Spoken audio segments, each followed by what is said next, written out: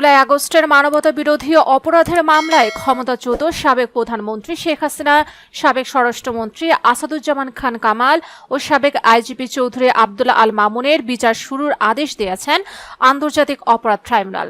বৃহস্পতিবার বিচারপতি মোহাম্মদ গোলাম মুর্তুজা মজুমদারের নেতৃত্বাধীন ৩ সদস্যের আন্তর্জাতিক অপরাধ ট্রাইব্যুনাল এক আদেশ দেন। এর মাধ্যমে শেখ হাসিনা সহ ৩ জনের বিরুদ্ধে আনুষ্ঠানিক বিচার শুরু হলো।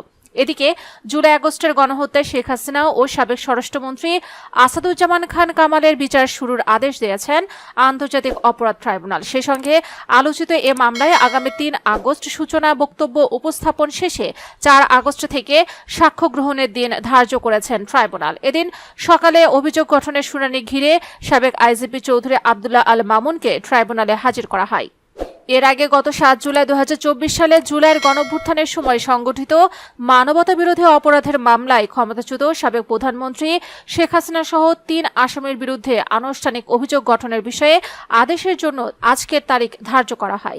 মামলায় শেখ হাসিনার পাশাপাশি সাবেক স্বরাষ্ট্রমন্ত্রী আসাদুজ্জামান খান কামাল এবং পুলিশের সাবেক মহাপরিদর্শক চৌধুরী আব্দুল্লাহ আল মামুন আসামিদের মধ্যে শেখ হাসিনা ও আসাদুজ্জামান খান পলাতক। তাদের পক্ষে আমির হোসেন রাষ্ট্রনিযুক্ত আইনজীবী।